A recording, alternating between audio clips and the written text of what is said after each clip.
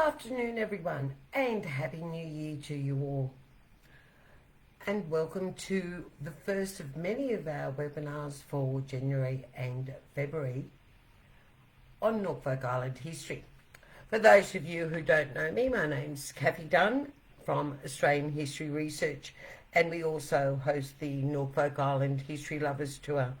In this group, we've got attending the webinars.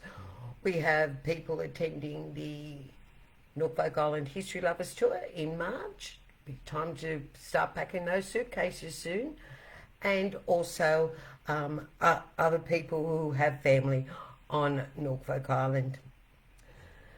The webinars will actually stay online for about 3 months, so at any time you can post a question. You don't have to watch the webinars live. They will stay online. You go to the video range of the video choices in the group and you'll be able to see them. They all have the same title page, which should be their default photo, but sometimes Facebook decides to use something else. And you can post your questions there and we'll come back and watch them. So today we're actually looking at the 1792-1796 Victualing books from Norfolk Island as a research tool for family history, but also for history on Norfolk Island.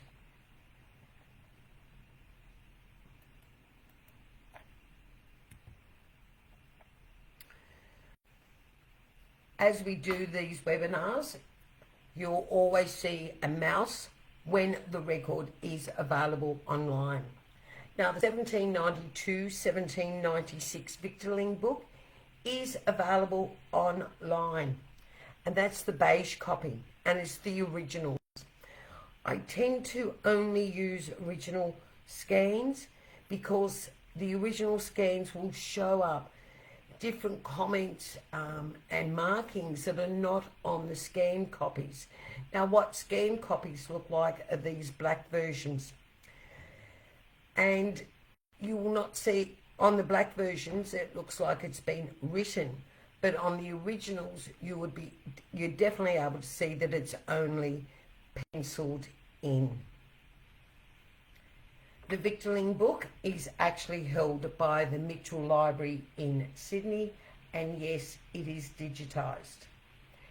They do in the old catalogue, they do have an index of it, but the index or any index is only as good as the data that was put in the beginning. So unfortunately, the State Library, Mitchell Library in Sydney's index, they've left off page 19A or 19B, and they haven't put in the data. So when you're looking at an index, it's great. A good index will have name, rank, serial number. It will have all the data, the historical data, like the days on stores in these particular cases, the departure ship, and not guess that D is departure or DD. And they put in some extra information, just like Much did when he penciled, or someone has penciled in data into the 1792-1796 Victualing book. This document is always described as a register of all people, whatever their status, entering Norfolk Island. It has different criteria, status. We've got civil department, military department, settlers and free, male convicts, free women, female convicts, military and free children, and also children of convicts. And sometimes the male convicts are moved to the settlers and free section once the convicts became free. So, and the same with the female convicts, and also the convict children too, because some children were moved from the children's list to the adults list, and it actually gives you the date. Sometimes they got totally confused and they've got people still receiving stores in the male convicts and still have them and they're still also receiving stores under the status of settler or free.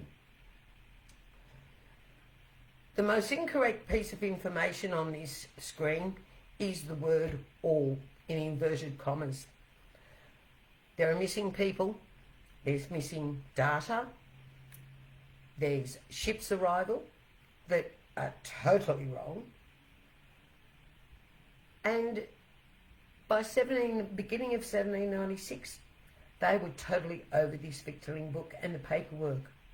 So it gets to the stage they'll put the name of the mother or the woman, 3 children. No other further information. If a child was born in 1796 and went on to the stores, they just sometimes put the surname. No date, no number on the stores. They were over it. Now, the Victualling Book, even though it's dated 1792, didn't actually commence until the last quarter of 1792. So somewhere out there was the original Victualling Book from 1788 to late or mid 1792. And when the names were crossed over, mistakes were made. The 1792-1796 Victualling Book is a register of not all people, whatever their status on Norfolk Island, entering Norfolk Island. And also it is backdated to March 1788 with many errors and omissions. And you have to take this into account when you're looking at the contents of the Victualling Book. So here we have convicts. When there is inverted commas, sometimes it refers to above. Other times it doesn't. And you will get to learn this in the Victualling Book. So here we have Thomas Chip. And according to this, a D. A D means departed. Not departed this life, but departed the stores or departed the island. If they departed the stores, there's no further information. But if they departed the island, in the majority of cases, they actually give the date and the name of the ship. The date is normally the date they embarked on the ship, not necessarily the embarkment date of the ship. In this particular case of, say, the Kitty and the Francis and the HMAT Supply, it is correct. They always abbreviated PJ, Port Jackson, as PJ. It wasn't Sydney. They rarely mention Sydney in the Victualling Book. It's always Port Jackson, because the real Sydney is actually on Norfolk Island. And it wasn't until King came back in late 1791, in November, that he was given instructions, look, we know you're calling, the wee small settlement on Norfolk as Sydney town. Well, you just stop that now, because we've decided we're going to use that name as the name of the settlement here at Port Jackson or Sydney Cove. You can still find records as late as 1802, letters written from Norfolk Island, and they're still calling the township, the settlement on Norfolk Island, as Sydney Town. So most of the records would always say Port Jackson. So here we have Thomas Chip, departed with a D, November the 6th, 1794, and the name of the ship. We have William Mitchell, who was the Marine, not the seaman. There are 2 William Mitchells. Departed March 9th, 1793, per Kitty for Port Jackson, which is correct. So you've got all these marine settlers. We've got Joseph John Beresford. Please take the note of the spelling of the name. There's 10 different spellings of that surname. There's no D, there's no departure ship, and there's no date. That simply means that he was still on the island. I have actually indexed the 1792-1796 Victualing Book, and this is how I do my indexes. They have all the information. So we have the date, the name of the ship they arrived on, according to the Victualing Book. If it is in error, I actually then write side notes. It is Norfolk King, Child, Anne with an E, Harmsworth, John Harmsworth, Elizabeth Munday, Edward Munday, Joseph Beresford with an E, Joseph Mary, and then it goes into some of the other children. But if you look down midway through the screen, you'll see that Dorothy and Esther, there's no date for them.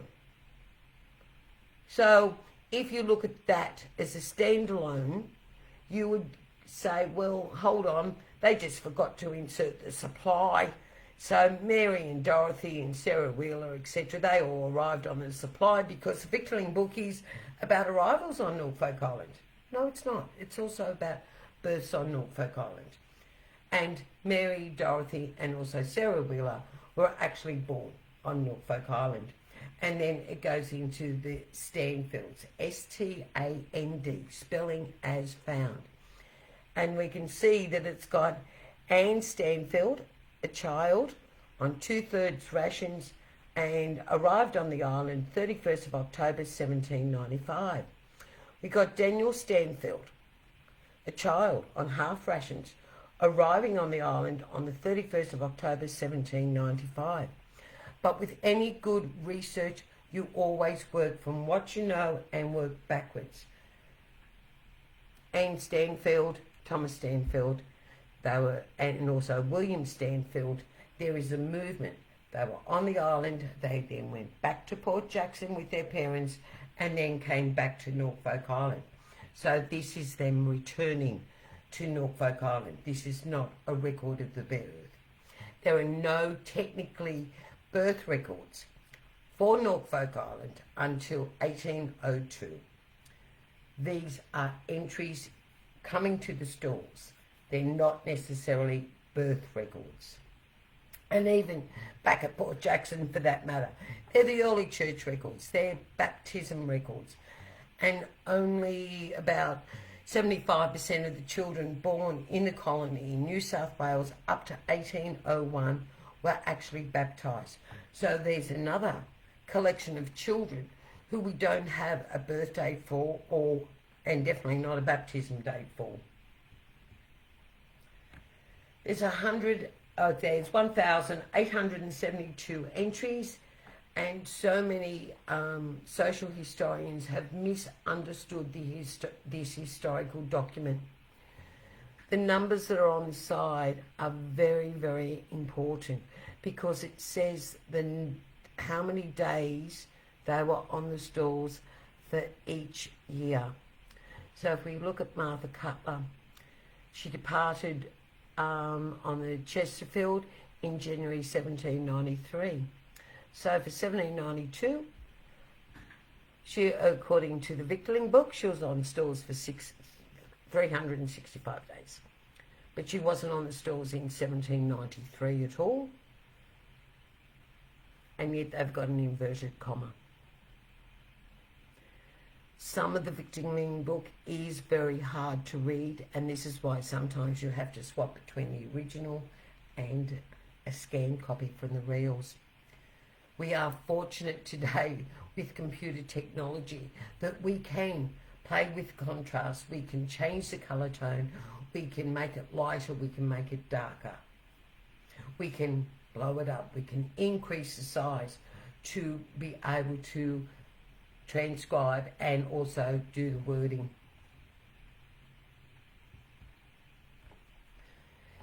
The events pre-1792 or late 1792 were retrospective added to the Victualing Book. It includes shipping errors, incorrect first names, not just for children, but for convicts arriving, and also for the Marines and the New South Wales Corps. Missing people, especially the children, and also, especially after from 1796, the lack of information, both historical and also names, shipping arrivals, or whether they were births. There's no marriages. It doesn't say that Thomas Chipp was married to Jane Langley. It's not a document to be used for birth dates, for marriage dates. Death dates, yes, but definitely not birth or marriage dates. Arrangement is largely, but not always, by the date of arrival on Norfolk Island and clustered by status. It records when people were either taken off the stores, changed their status, thus we have duplicate names, or departed the island. In many cases, it will record the name of the arrival ship, with errors, and the departure ship. There is no marital status, and they are not clustered in family groups. Even children are not clustered in family groups. Further, future victualling books, yes, the children are clustered together from a family group, but not in the 1792-1796 victualling book. Children are listed separately, arranged by date of birth, which everyone takes the date that's in the victualling book as the date of birth. It is not. It is the date that they went onto the stores. And of course, as we've said here, it is the date when the child was first placed onto the stores. There's one family where a child was born in August 1791, and the child's sibling went onto the stores in February 1792. And the lady who was researching this family said, okay, she gave birth in August 1791, she gave birth in February 1792. And they're the two children of this family. And I said, no, those dates are wrong. Yes, no, I'm right, it's what's in the victualling book. Well, it takes 9 months for a baby to be born. Today, same time, it's the same amount of time back in 1788, 1790, or 1810. So they were the dates the two children went onto the stores. It was not their birth date. When a child goes onto the stores, it's anywhere between 3 months to 8 months. You have to allow for weaning. As I said, we've got our little mouse over there. This is available online, and I will actually post a link to the online digitisation. It is at the Mitchell Library, Sydney Library. It is available on the reels, but not everyone lives 10 minutes from from Kingswood, or from the Mitchell Library in Sydney, or the National Library. So this is where we have to really appreciate all these digitised records that are still coming online. So here is what it looks like online. Of course, we've got our black cover. It's got a buckram cover, which is the first page. And you can look at every single page. And there's a few blank pages because they have digitised the whole book as it is. So if there's a blank page, they've digitised a blank page. So you have to scroll across, and this is what you're presented with. From that online, of course, you can go to the previous page, the next page. You can increase the size, and you can also decrease the size. You can also print it out, and you can also rotate it, because not everything appears in every single ledger in the correct direction that suits us. And you can also download it. When you're citating anything, up in the corner where it's got near X marks the spot, it actually has the page number And you can see here that where there are blank spots, it just simply means that that person was still on the store. So, example, just near the bottom, fifth one up, we have Fane Edge. He's a provost marshal on the island. It has his date of April 23rd, 1792. He was from Port Jackson. Sometimes they will say the person was from England. And there's no D or DD, and it gives the number of days of each year that he was on the store. So he was receiving rations. If your ancestor was not receiving rations, they're not going to be in the Victualing Book, or only their early data when they were on stores till they got themselves together and got their farm going, were they actually on the stores. As I said, the old catalogue does have an index, and here we have Oakley, convict child. It is on page 84. But there is where there's an error.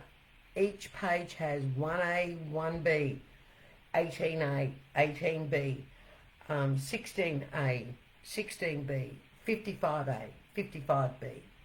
The index here only has 84. So you have to then go and double check to make sure that it's either 84A or 84B. And it says that this part of this index is saying that there was no first name of that child recorded. Then on 76A, page 76A, there's George Oakley. Now, it's saying that this child went on stores on the 4th of August 1791 and came off the stores on the 31st of December 1795. That's simply because in those side columns there's no side column for 1796. So all the stores, unless they departed early or there's other additional information, it's always going to be the 31st of December 1795. There's 158 pages, noting that some of them are blank, some of them are the title pages.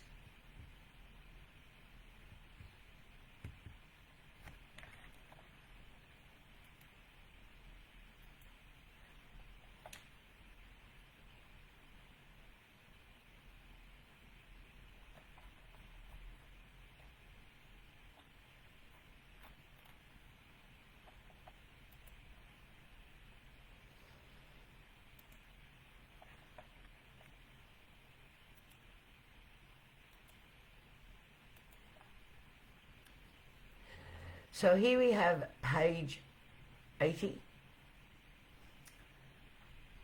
and down the side you can see how some of the originals are very hard to read. Where it's circled, it has blank Oakley and it has a date. No other details. It doesn't give the parents' names, doesn't give the mother's name. Children are always listed by their mother's conviction name. So if the mother was a convict and arrived on Norfolk Island also as a convict, her children, regardless of who the father is or what his status is always going to be by the mother's conviction name. If the parents both arrived in New South Wales free and then went to Norfolk Island, still both free, the children appear by the father's name. However, not with the Armsworth children. They were still recognised as Armsworth by their father, who had passed away, even though they went to Norfolk Island with their stepfather and mother, who were married. They were still called Armsworth. So here we have 72A. And you can see we've got where the page number is. The children of civil, military and free is from page 72A, and the convict children are on 74A. So you've got a member of the New South Wales Corps who had a child on Norfolk Island. They're not always necessarily listed. They tend to drop off the military children. Civil children and free children are listed, but they're still missing children. Always take note of that. There are still missing children. And the children had a right to be on the stalls, and it was recorded as born, which means their right to be receiving stalls was because they were born on Norfolk Island. The date, as I've said before, is not necessarily their date of birth. In the middle here we have for Diana Beasley, we have DD. DD means death, but no information. We do know that this child was born on Norfolk Island, died on Norfolk Island, but there's no actual death date. So therefore, you have to then research the parents and see if there's records saying how many children they had, and it's just a process of elimination. If they had 3 children, and all of a sudden they only had 2 children, well, that gives you a date period in regards to work out in the actual death date. Or you check for another source of information, such as a journal or King's records or King's letters, if he refers to a death of a person or a child in this particular case. You can see for Diana Beasley, apart from DD, it doesn't say who the father is, doesn't say who the mother is.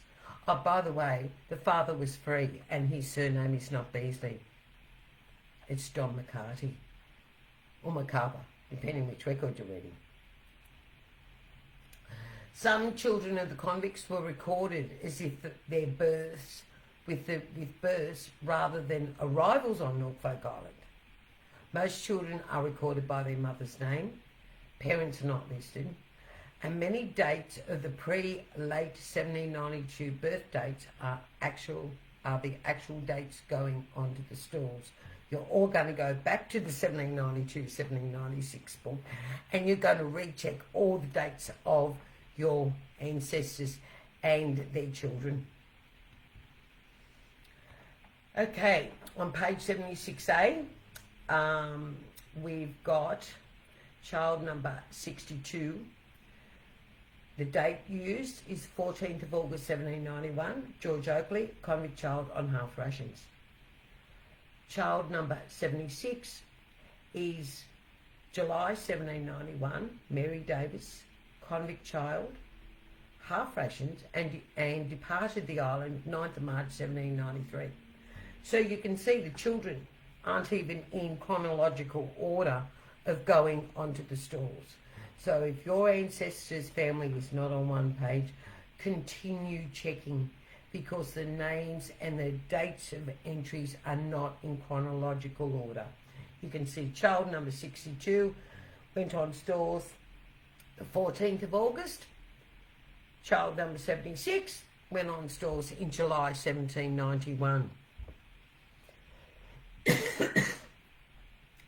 So here's another example. We've got, this is page 76A, so we've got George Oakley at the top, and we've got the dates that this child was actually on the stalls.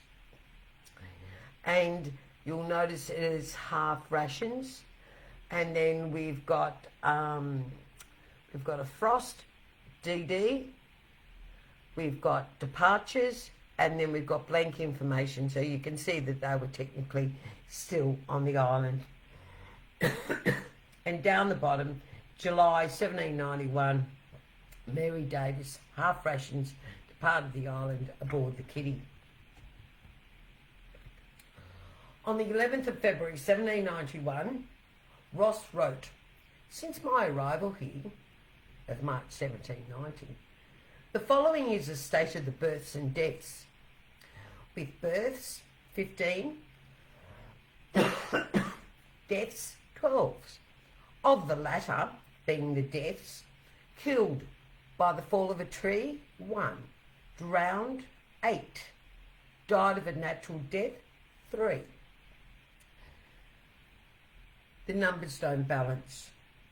If you compare those stats, which is a primary record written at the time, not my opinion or someone else type of did the sums or their interpretation, the numbers don't match the 1792-1796 Victualing Book.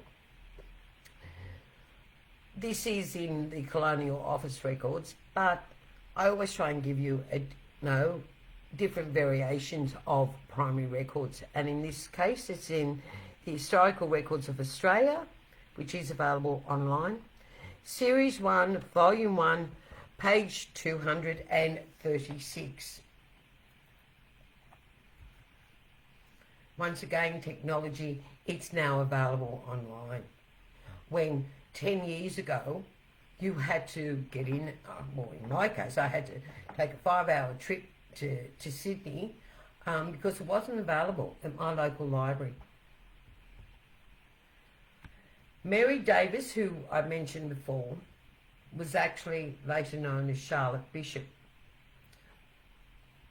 I've taken Ross's stats and I have analysed who those births were, but I just didn't use his stats. I used every other primary record. I used population returns. One was written on the 1st of August, another one was written on the 23rd of August. Thank you very much, because that tells me how many children may have arrived on the surprise, and it gives you the number of children's deaths. So all these numbers have been all collated, put together, collated and worked out. Mary Bishop, who was later known as Mary Davis, who was the child, who was later known as Charlotte Bishop, was born between the 29th of August 1790 and November 1790 on Norfolk Island. She's recorded with an entry date of July 1791 on half rations and not placed on the stalls at all. Her entry, the one down the bottom, definitely half rations, but when it comes to the how many days she was on stalls, that historical information is missing, except for the part that she departed Norfolk Island on the 9th of March 1793 aboard the Kitty.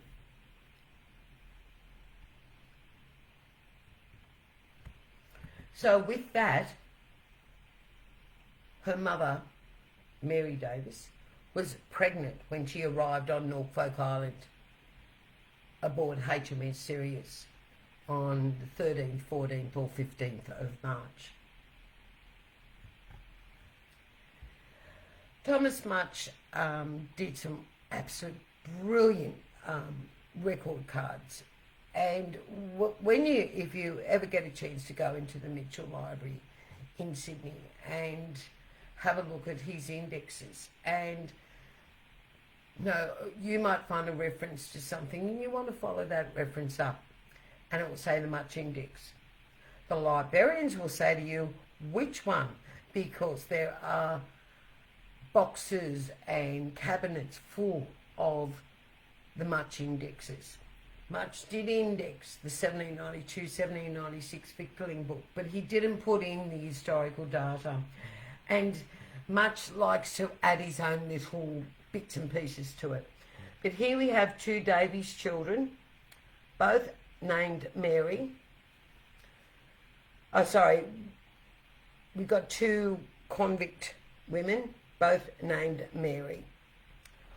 One arrived on the 13th of March 1790 and departed the 9th of March 1790. Yes, the top one is the mother of Mary Davis / Charlotte Bishop.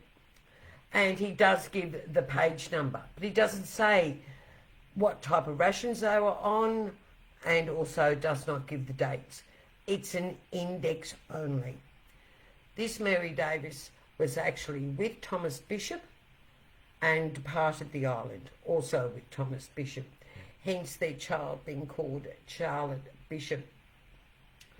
The other Mary Davis is arrived on Norfolk Island on the 7th of August 1790 and also departed aboard the Kitty on 9th of March 1793.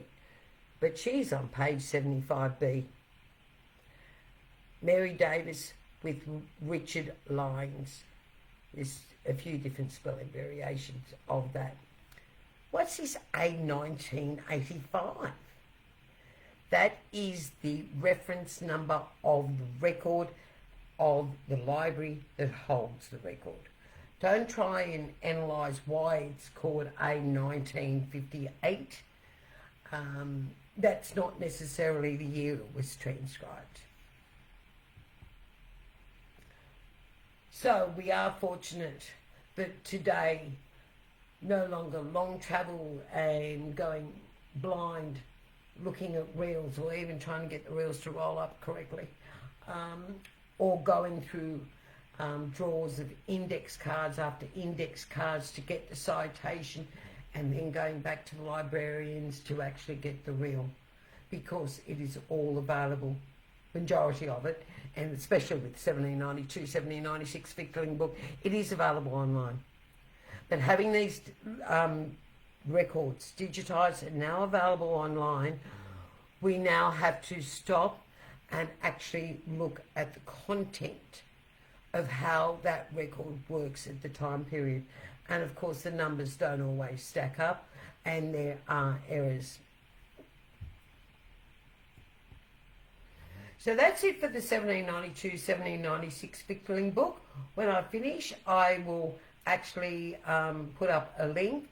Go in and spend some time online if you want, and go through the Victualing Book. If you're looking for a specific person, just put up a comment and I'll put the exact page number. As I said, I have fully indexed it with all the information that's there, not just limited one. For example, here, even with these two Mary Davis, it might say departed March the 9th, 1793. If you look at one of those cards as in isolation, you might think, departed. Okay, so they could have died. It does not give the name of the ship. It's been added to with convict, and then the arrival date has been penciled in, and I think that was for maybe the placing the index cards by arrival dates compared to alphabetical. There's still a lot more research and analysing of the 1792-1796 Victualing Book to be done. We have, even down the bottom, we have William Peaty. He was a carpenter. He arrived in New South Wales aboard the Royal Admiral in October 1792. He arrived on Norfolk Island, according to the Victualing Book, December 22nd, 1792. Wrong. He was burying his wife and son in Parramatta. He actually did arrive on the next ship, which was the Chesterfield. So he did not arrive on, that's an incorrect error. He was supposed to be on that ship, but his wife died. And what it does not say he brought his daughter with him, because his daughter at no stage, who would have been about 4 years old at the time, at no stage ever appears in the Victualing Book, because she was not on stores. So you cannot use the 1792-1796 Victualing Book as a standalone document for all people who entered Norfolk Island 1792 to 1796. Everyone have a great afternoon. Any comments, just put them in. Any lookups, put them in, and I will put up the link to the online digitisation records when I finish. And on Wednesday afternoon I will be doing another webinar, and there'll be webinars every 2 to 3 days, so we get them all done before the end of February. during February, I will be away for one weekend. I'm actually going to go to Canberra for the book fair, which I have been long waited many years to be able to get the dates together correctly to go to Canberra for the book fair. For the Lifeline Book Fair. So I'm going to be spending 2 days in Canberra at a book fair and having fun. Everyone, take care. Thank you.